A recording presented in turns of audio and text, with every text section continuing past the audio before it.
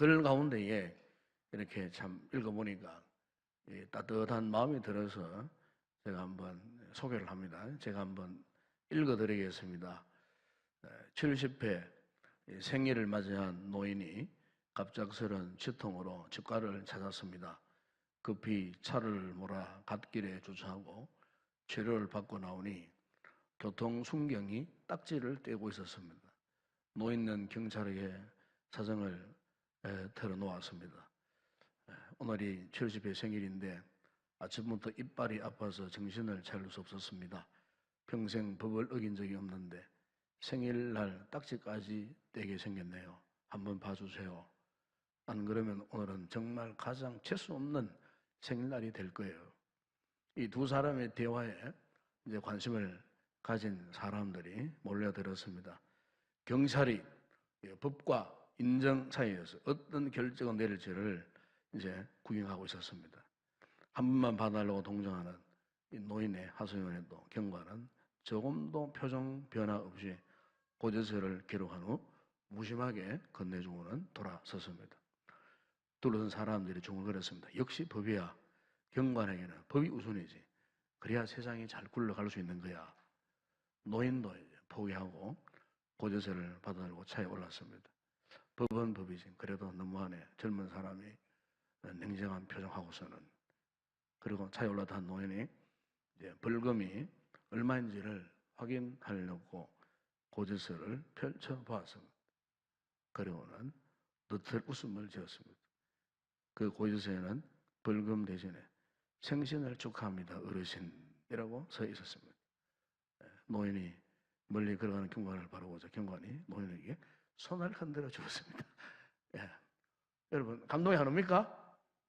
감동이 오죠? 이거 일상생활 속에서 있는 이야기지만은 이렇게 자그마한 이야기지만은 참 이렇게 우리 주변에 이런 아름다운 사람들도 있다는 겁니다. 이 박한 세상에 그죠? 이렇게 참 이렇게 아름다운 인간관계 속에 우리가 살면 얼마나 행복하겠습니까? 여러분 한 해 동안 어쨌든 여러분 주변 사람들하고 좋은 관계를 가지세요. 좋은 관계. 뭐 우리끼리 원수 질 이유 하나도 없어요. 어쨌든 좋은 관계. 그래서 혹시 마음에 이렇게 얽혀 있거든 푸시고 그죠? 오늘 사실 이 본문의 내용도 그런 내용입니다. 제가 그런 중심으로 해서 설교를 좀 하려고 합니다. 그래서 이 좋은 관계를 유지해요. 좋은 관계. 이 관계가 이게 삐그덕거리면요 참 불행해집니다. 그렇죠? 불행해지는 거예요. 어쨌든 좋은 관계, 좋은 관계 속에서 교회 생활하고 섬기고 또 좋은 관계 속에 직장 생활하고 그죠? 가정에서는 좋은 관계 속에 부부가 좋은 관계 속에 1년을 살아가야 되지 않겠습니까? 그래 행복해지는 거예요. 꼭 그렇게 되기를 바랍니다. 오늘 참고할 말씀은 창세기 제42장입니다. 창세기 제42장 1절에서 8절 말씀까지 우리 말씀 한 절씩 차례대로 교독을 하겠습니다. 창세기 제42장 1절에서 8절까지 교독합니다. 1절 제가 먼저 읽겠습니다. 그때에 야곱이 애굽에 곡식이 있음을 보고 아들들에게 이르되 너희는 어찌하여 서로 바라보고만 있느냐.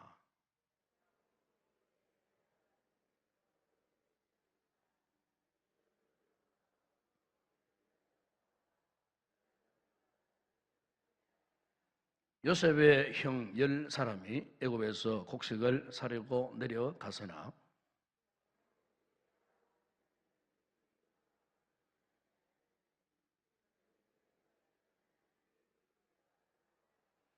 이스라엘의 아들들이 양식 사러 간 자 중에 있으니 가나안 땅에 기근이 있음이라.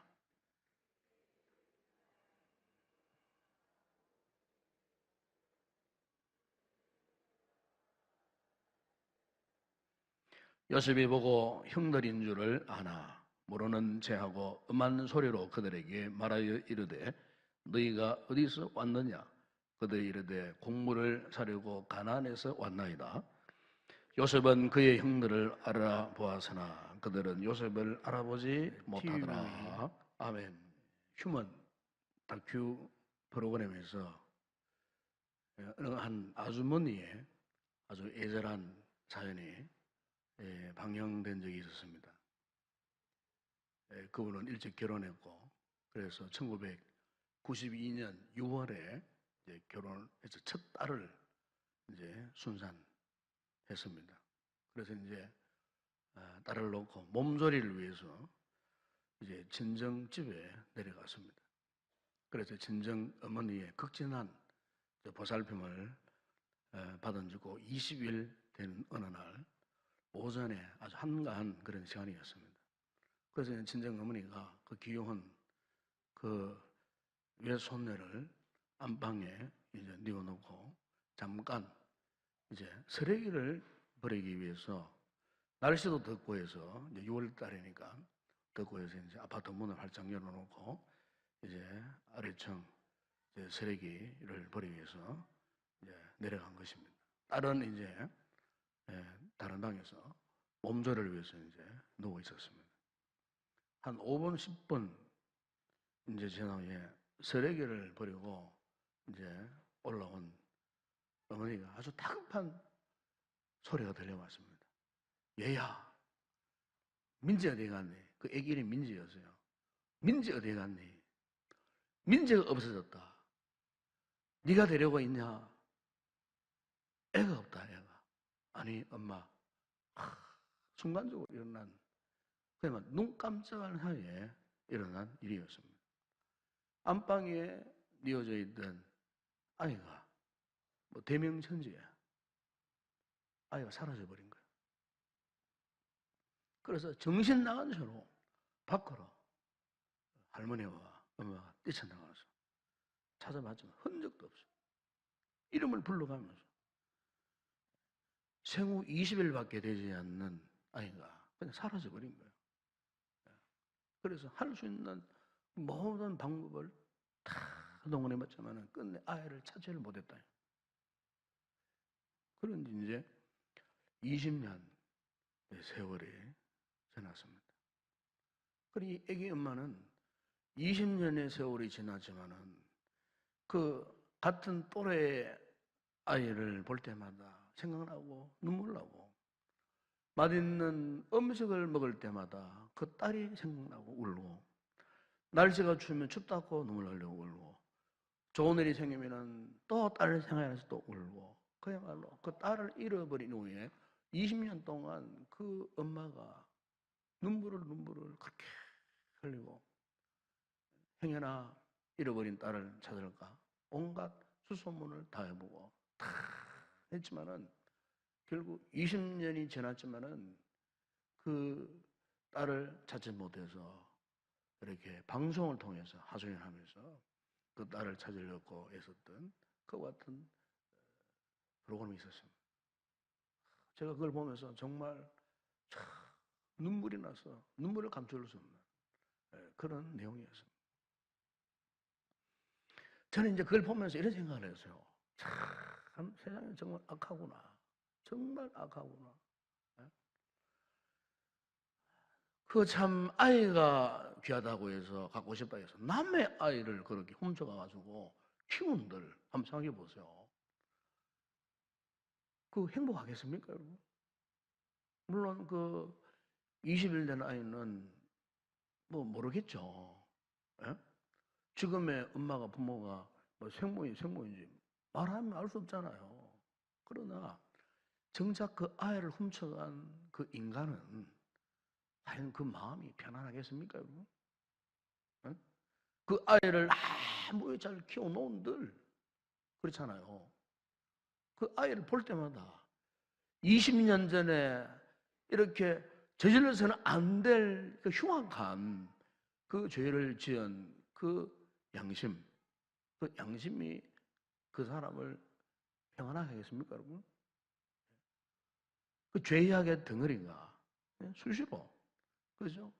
그의 삶을 옥죄고, 요즘 뭐 의학이 발달하고 과학이 발달해가지고 혹 잘못하면은 예?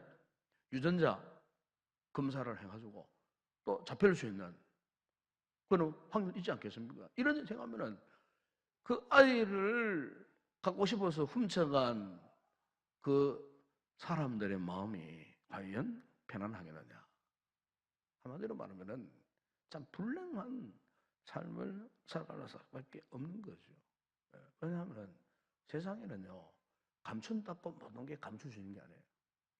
특히 죄 문제는요, 감추어진 것 같아서도 그러나 언젠가는 반드시 다시 드러나게 되어 있습니다. 발각되게 되어 있고, 들춰지게 되어 있고, 진실이 나타날 때가 있고.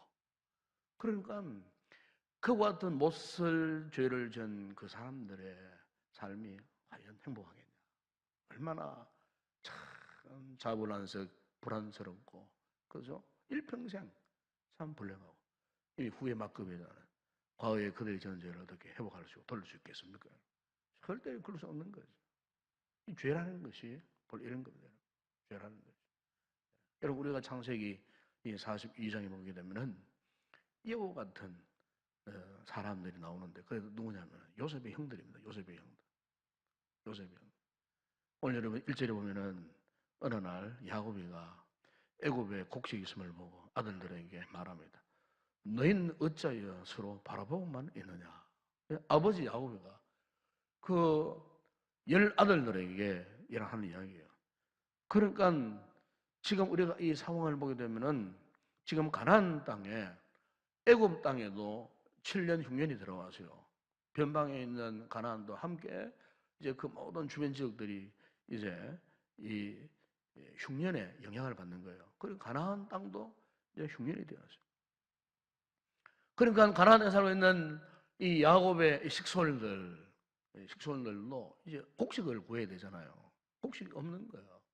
야곱의 귀에 어떤 소문 들리냐면은 저 남쪽 기름진 남쪽 애굽 땅에 가면은 곡식이 있다 하더라. 곡식을 배급해 준다 하더라. 곡식을 판다고 하더라. 소문을 들은 거예요. 그래가지고 하는 말을 보면 이 내용이에요. 예? 너희는 어찌하여 서로 바라보고만 있느냐? 이렇게. 이것은 사실 아버지가 어떤 면에서는 아주 호통스럽게 이야기합니다. 너희는 왜 어찌하여 서로 바라보고만 있느냐? 근데 보세요. 이렇게 남쪽 땅에 지금 곡식이 풍성하고 가면은 구할 수 있어요. 돈만 가지고 가면 얼마나 살 수 있는 이런 기회가 있음에도 불구하고 이 요셉의 형들이 왜 애굽으로 내려가지 못하는가? 그 이유가 뭔가? 여러분 잘 아시지 않습니까? 그 이유가 뭡니까? 여러분 애굽으로 내려간다는 것이 큰 죄를 짓는 것입니까? 여러분 창세기 시간에 보면 아브라함도요 애굽에 내려갔어요. 창세기 26장에 보게 되면 이삭도 애굽으로 내려가. 물론 하나님이 애굽으로 내려가지 말라고 말씀하셨지만은 애굽으로 내려갔어요. 왜냐하면 그 당시에 애굽이라는 지역은요, 거기 애굽의 그 큰 대륙 한복판에 이 라일강이 흘러갑니다. 강물이 큰 강물이 흘러가기 때문에 이 애굽은 정말로 기름진 옥탑, 그 라일강 하루에 그 지중해 바다 쪽으로 들어가는 그 엄청난 그 넓은 면적, 거기에는 그야말로 삼각주를 이루고 곡창지대입니다. 곡창지대.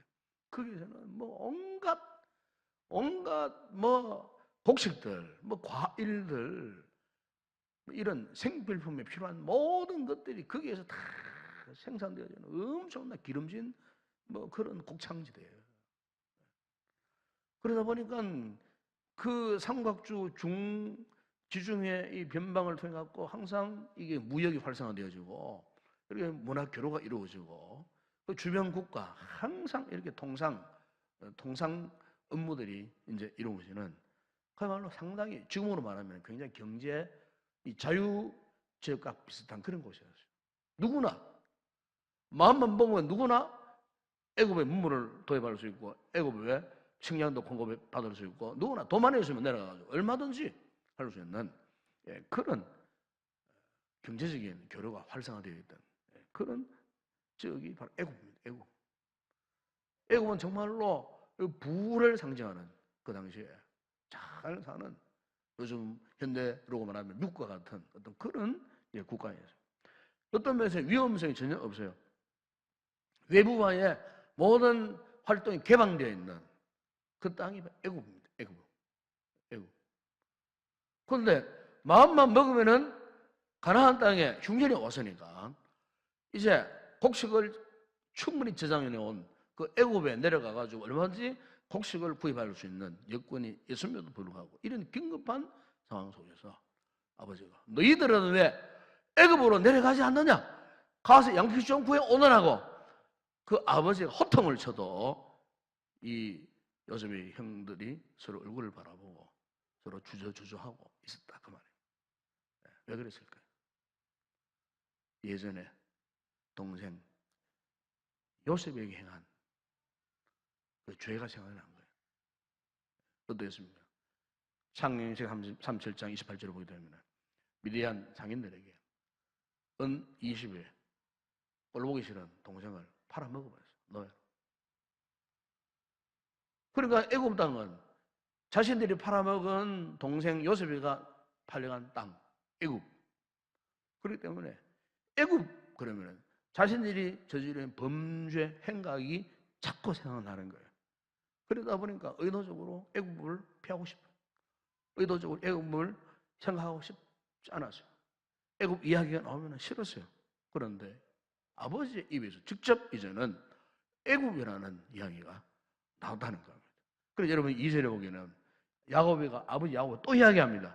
내가 들은 적 저 애굽에 곡식이 있다 하니 너희는 그리로 가서 우리를 위하여 사오라. 그러면 우리가 살고 죽지 아니하리라. 야곱이가 계속해서 아버지 야곱이가 그 아들 아들들께 닥달하는 겁니다. 왜 너는 내려가지 않느냐? 왜 내려가지 않느냐? 그러니까 사실 이 아버지 야곱은요 요셉이가 실종된 거 아닙니까? 그렇죠?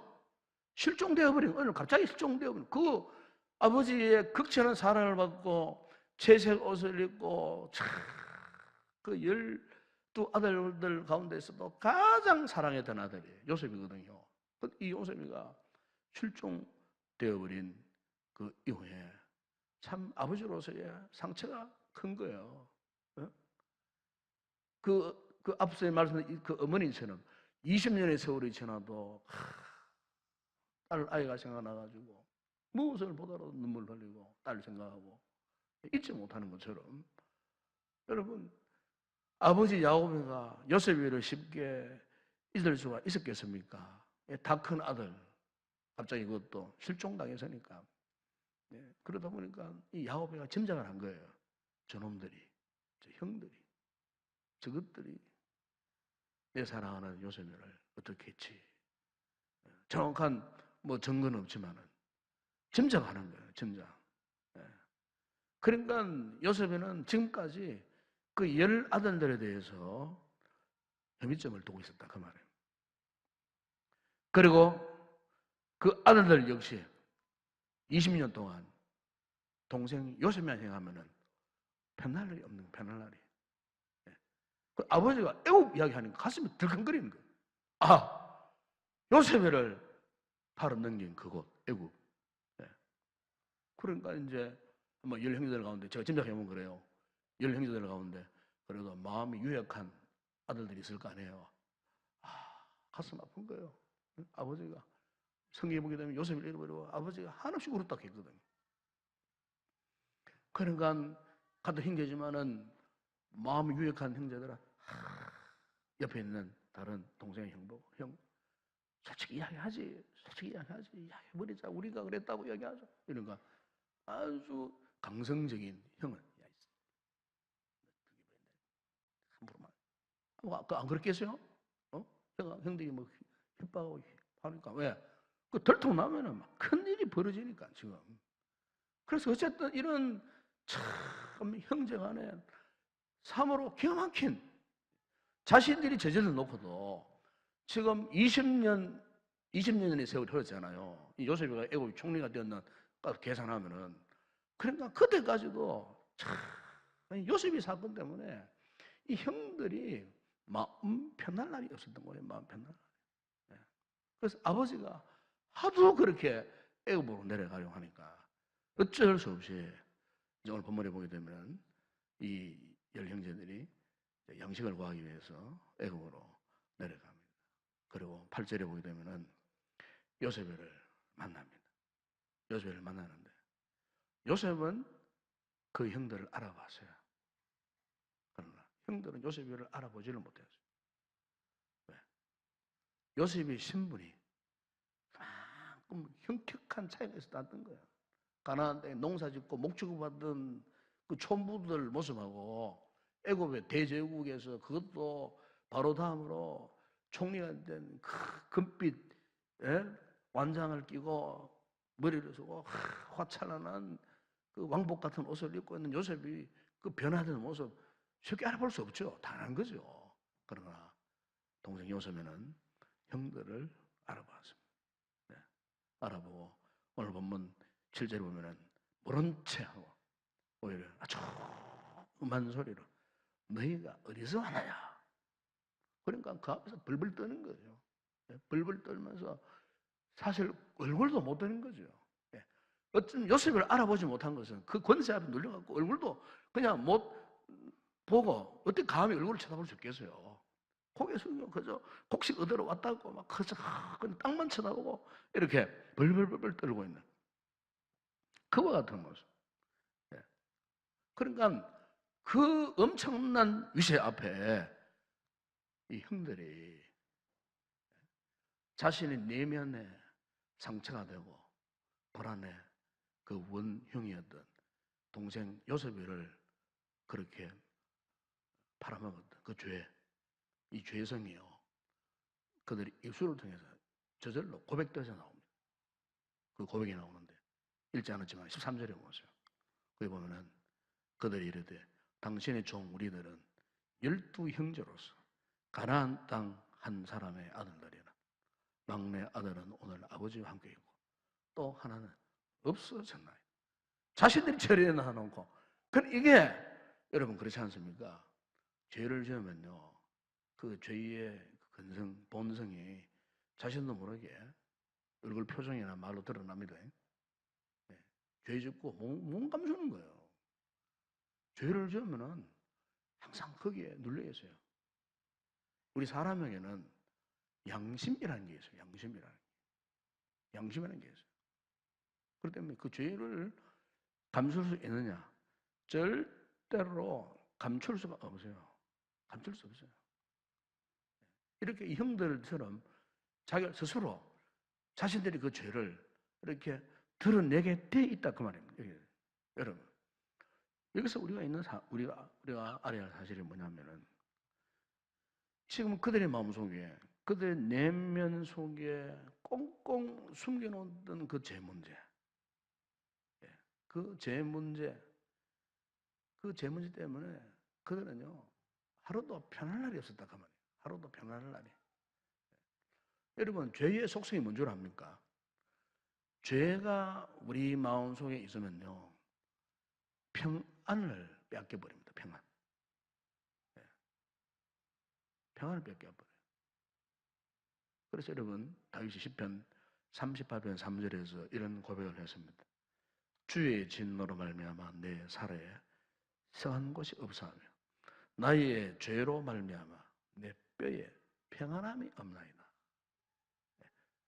그리고 시편 22편 14절에도 이렇게 고백합니다. 다윗이 나는 물같이 쏟아졌으며 내 모든 뼈는 으그러졌으며 내 마음은 밀랍 같아서 양초 같은 걸 말하죠. 밀랍 같아서 내 속에서 녹았으며 예수님께서도요 누가복음 12장 2절 이하 3절에서 감추인 것이 드러나지 않을 것이 없고 숨긴 것이 알려지지 않을 것이 없나니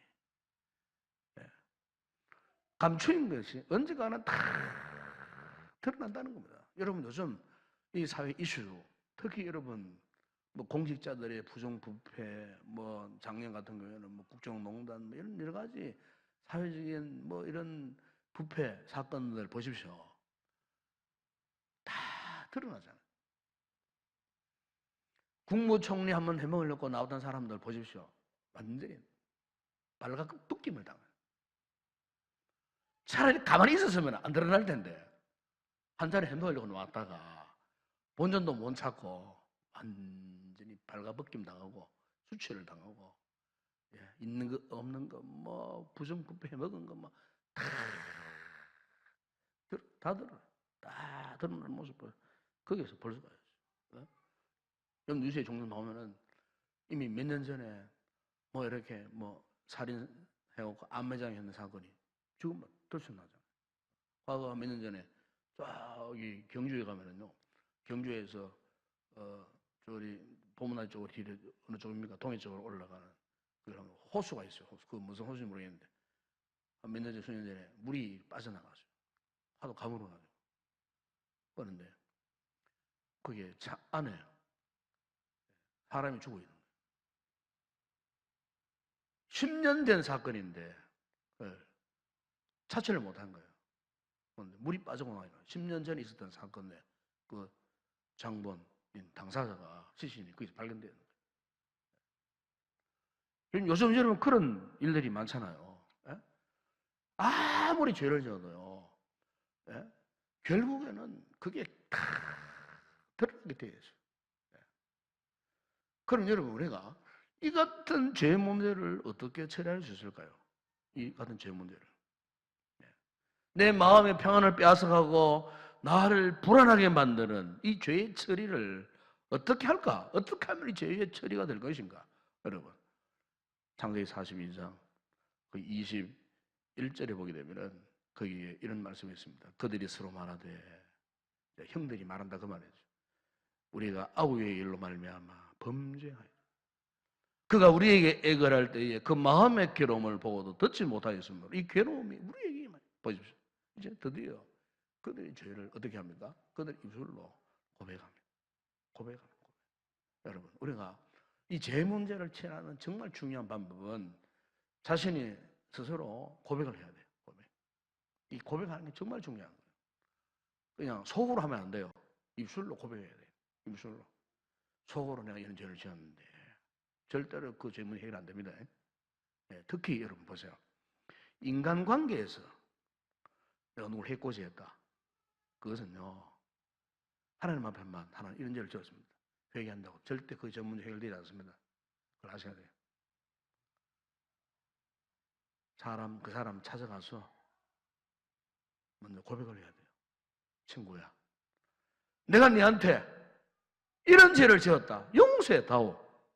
이거 우선되지 않고 하나님 앞에 그냥 하나님 이런 죄를 지었습니다. 그건 회개가 아닙니다. 그 죄는 하나님도 용서하지 않습니다. 스스로가 용서가 안 돼요. 하나님 앞에 회개했는데 그 죄가 또 나를 괴롭힙니다. 왜 그럴까요? 나에게 내가 잘못한 그 사람과의 관계가 회복 안 되면요, 그 죄 문제 절대로 해결 안 돼요. 그래서 예수님께서 말하지 않습니까? 마태복음 5장 23절. 그럼 우리 예물을 제단에 드리다가 거기서 내 형제에게 원망들을 많은 일이 있거든. 생각나거든. 예물을 제단 앞에 두고 먼저 가서 형제하고 화목하고 그 후에 와서 어떻게 해요? 예물을 드리라. 여러분, 주님도 그걸 우선으로 하는 거예요. 그럼 이 시간 올 한 해 여러분 정말로 신앙생활이 기쁜 믿음생활 되기를 원합니까? 가정생활이 정말로 행복한 가정생활 되기를 원합니까? 그럼 제일 먼저 인간관계에서 얽혀있는 문제 해결받아야 돼요. 내가 잘못하는 것. 자, 남편이 아내에게 뭔가 잘못했다. 아내한테 고백해야 돼요. 여보, 내가 이런 죄를 지었어. 용서해줘. 잘못했어. 고백해야 돼요. 아내 역시 마찬가지. 자식이 부모한테 잘못했으면은 찾아가서 아버지, 어머니, 내가 정말 잘못했습니다. 용서해주세요. 고백만 해야 돼요. 네? 이 끈, 이게 풀어져야 돼요. 이게 묶여있으면 안 돼요. 이게 묶여있는 상태에서는 우리가 하나님 앞에 아무리 은혜를 달라고 간구해도 진정한 은혜가 임하지를 않습니다. 인간적인 관계에서 문제가 있으면요, 이게 틀려져 있으면은 하나님 앞에 나가면 해결될 것인가? 아닙니다. 절대로 해결 안 됩니다. 같은 교회를 섬기는 우리 성도들끼리, 그죠? 여러분, 은혜를 사모하잖아요.